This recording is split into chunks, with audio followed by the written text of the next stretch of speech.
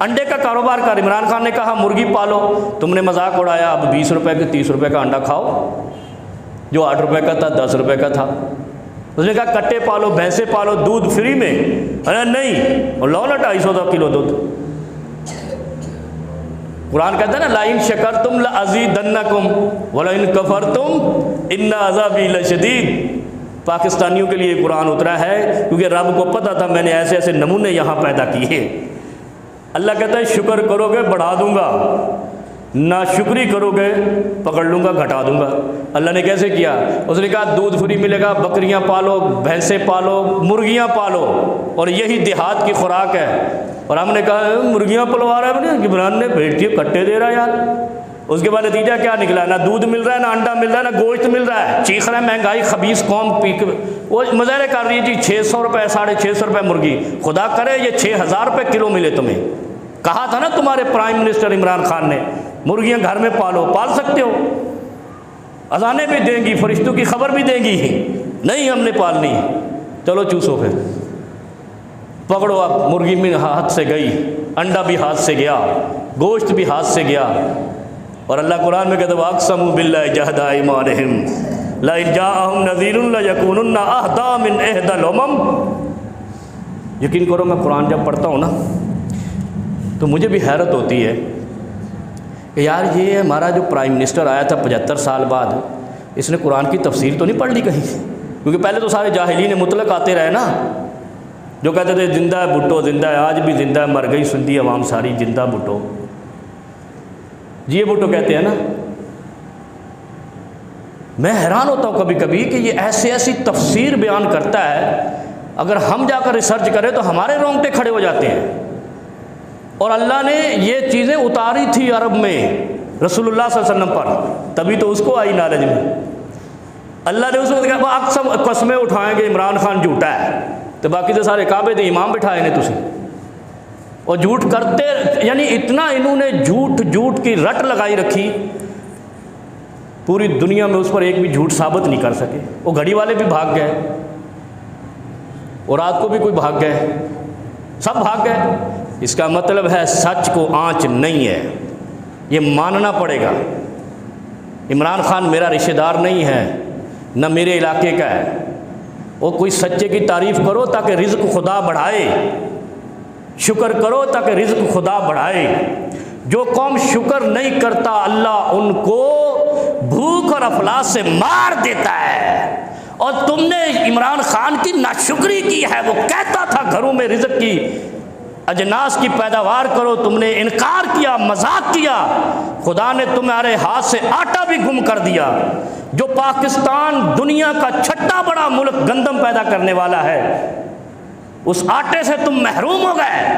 ایسے بھیڑ بکریوں کی طرح میں نے دیکھا ٹرکوں کے پیچھے بھاگ رہے ہیں۔ مذاق اڑایا تھا نا عمران خان کی باتوں کا، مرغی کے انڈے کے لیے روز مظاہرے کر رہے ہو، گوشت کے لیے کر رہے ہو، دودھ کے لیے کر رہے ہو۔ وہ پاگل نہیں تھا، اس نے ریسرچ کی تھی، قرآن پہ بھی ریسرچ کی تھی، انسانیت پہ بھی ریسرچ کی تھی۔ پھر اس کی زندگی کو دیکھو، ساری زندگی وہ اس قوم سے مخلص رہا، کرکٹ جیت کر دیتا رہا۔ اس کو کیا فائدہ ملا تمہارے لیے کرکٹ کا ورلڈ کپ لینے کا؟ تمہارے لیے جیتا نا۔ اس کا مطلب ہے اس کو قوم سے ہمدردی ہے، پاکستان سے محبت ہے، وہ اس کی شان چاہتا ہے، آن چاہتا تھا۔ نہیں سانو یہ تو مال لٹن والے چاہیے نے، کپ جتن والے نہیں چاہیے۔ وَأَقْسَمُوا بِاللَّهِ جَهْدَ أَيْمَانِهِمْ۔ مجھے لوگ کہتے ہیں آپ عمران خان کے وہ بڑے تعریف کرتے ہو، بھائی میں تو تعریف خدا کی بھی کرتا ہوں، رسول اللہ کی بھی کرتا ہوں، اصحاب رسول اللہ کی بھی کرتا ہوں، پاکستانیوں کی بھی کرتا ہوں جو سچ کا ساتھ دیتے ہیں۔ اللہ نے کیا کہا؟ وَأَقْسَمُوا بِاللَّهِ جَهْدَ أَيْمَانِهِمْ۔ وہ قسمیں اٹھاتے تھے، کون؟ جو رسول اللہ سے پہلے لوگ تھے نا، وہ قسمیں اٹھاتے تھے، اللہ اگر تیری طرف سے کوئی سچ بتانے والا آ گیا، لا یکونن اہدیٰ من احدی الامم، ہم سب سے پہلے سر تسلیم خم کریں گے۔ کوئی سچا آ گیا ہم سب سے پہلے مانیں گے، کوئی ہمیں ڈرانے والا آ گیا ہم سب سے پہلے مانیں گے۔ اگر تو نے کوئی ہماری اصلاح والا بندہ بھیجا، ہم سب سے پہلے اہدیٰ من احدی الامم، ان امتوں کی طرح نہیں کریں گے بلکہ ان سے پہلے مانیں گے، ان کی طرح ہم نہیں کریں گے، کہا انہوں نے۔ اور جب آ گیا ڈرانے والا، جب آ گیا فلما جاءہم نذیر، جب نذیر بشیر سراج منیر آیا، پھر ہماری طرح کے ہو گئے الوی صاحب، پھر ہماری طرح کے ہو گئے۔ فلما جاءہم نذیر، انہوں نے مانگا تھا، یہ عرب والے کیوں مانگا تھا پتہ ہے آپ کو؟ عرب والوں نے کیوں مانگا تھا اللہ سے کہ اگر تو کوئی بندہ بھیج دے جو سانو انسان بنا دے تو ہم مانیں گے؟ کیوں مانگا تھا؟ میرے گھر میں بیٹی پیدا ہوئی، مجھے یہ معاشرے کے خوف سے میں نے بیٹی زندہ درگور کر دی کہ میری غیرت کا مسئلہ ہے، یہی تھا نا، بے ای ذنب قتلت واذا الموءودۃ سئلت، جب بیٹی پیدا ہوتی زندہ درگور کر دیتے۔ پھر اللہ نے کہا کہ یہ بیٹی پوچھے گی کل حشر میں کہ مجھے کس گناہ میں تم نے دفن کیا۔ یہ تو سنی ہوئی باتیں ہیں۔ جب یہ نوعیت اس معاشرے کی آئی نا، ڈوبنے لگے، جیسے پاکستانی ہر روز شام کو آواز لگتی ہے بیٹھ کے میراثی ٹی وی پہ کہہ رہے ہوتے ہیں پاکستان ڈیفالٹ کرنے والا ہے، خدا کرے۔ اچھا ایک آدمی کہتا ہے اللہ کرے ہم ڈوب جائیں، میں کہا بے غیرتا تو ڈوب جا، ہم کیوں ڈوبے؟ ہم سچ کے ساتھ ہیں، تم جھوٹ کا، تم کہتے تھے میاں دے نعرے وجن گے، تیرے سر چاٹے دے پیڑے وجن گے۔ باتیں تو سیدھی کر لو یار، قبر میں کرو گے حشر میں موقع نہیں ملے گا۔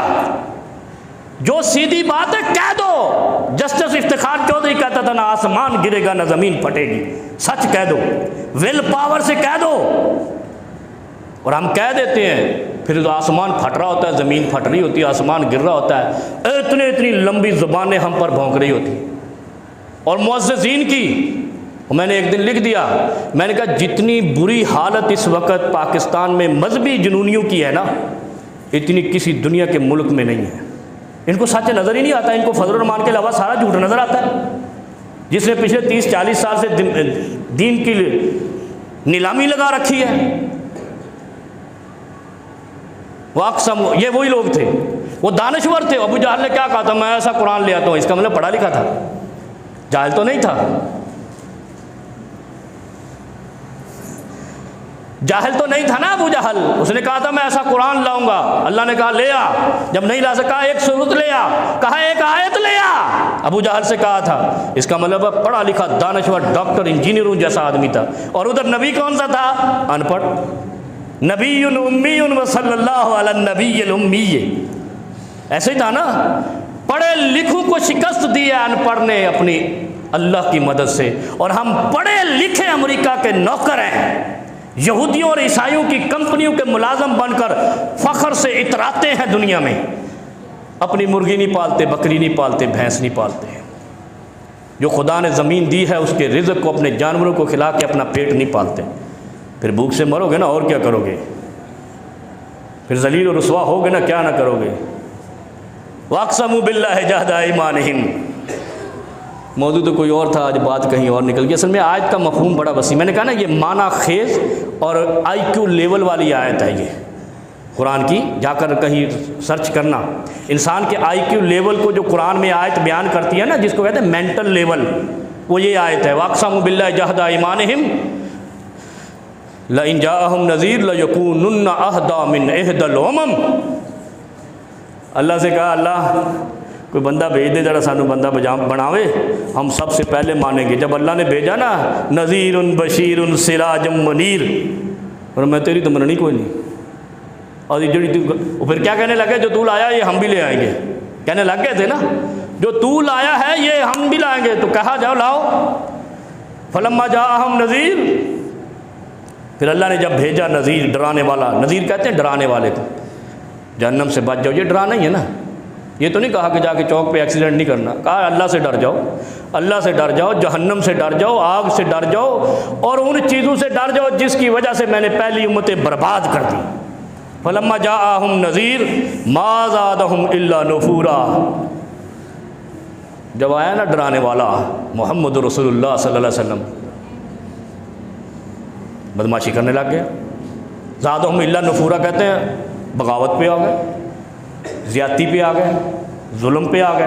آئے تھے نا عرب کے کفار جو پہلے مانگتے تھے قسمیں اٹھا اٹھا کر اللہ سے،